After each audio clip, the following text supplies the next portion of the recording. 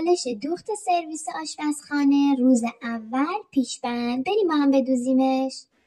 پارچه رو دولا میکنیم، از بالا به اندازه 13 سانتی متر جلو میایم و علامت میزنیم، به اندازه 21 سانتی متر پایین میایم و علامت میزنیم. از خط 21 که کشیدیم به اندازه 48 سانتی متر پایین میایم و علامت میزنیم. روی خط 21 به اندازه 35 سانتی متر به جلو حرکت میکنیم و علامت میزنیم و خط بالا رو به این خط به صورت هلال ملایم به هم وصل میکنیم و تا پایین امتداد میدیم و برش میدیم.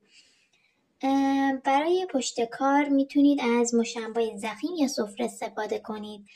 دقیقا مثل تصویر سفره رو برش میدیم به قد 50 سانتی متر. برای بالای کار هم از پارچه استفاده میکنیم. پارچه رو دولا میکنیم، زیر کار قرار میدیم و مانند تصویر برش میدیم. 3 تا بندینک برای گردن و پهلوها نیاز داریم. برای بندینک گردن که قدش 60 سانته و پهناش 6 سانتی متره و دوخت میزنیم.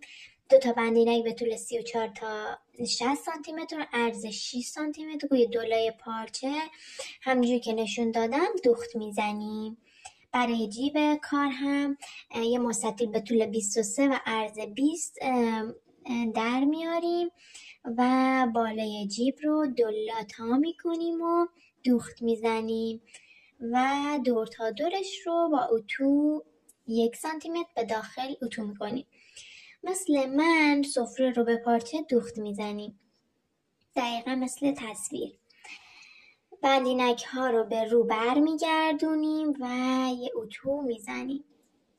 پارچه اصلی رو میاریم، از بالا به اندازه 21 سانتی متر پایین میایم، وسط کار رو پیدا میکنیم، جیب رو وسط قرار میدیم و دوخت میزنیم. بندینک ها رو هم مثل من با فاصله 1 سانتی متر از بغل ها میذاریم و دوختشون میزنیم. بعد پارچه رو به رو میذاریم و دور تا دور سوزن میزنیم به جز یه تیکه از پایین کار که بتونیم به رو برگردونیم، اون تیکه دوخته نشه. پیشبند رو به رو میکنیم و اون تیکه باز رو هم دوخت میزنیم.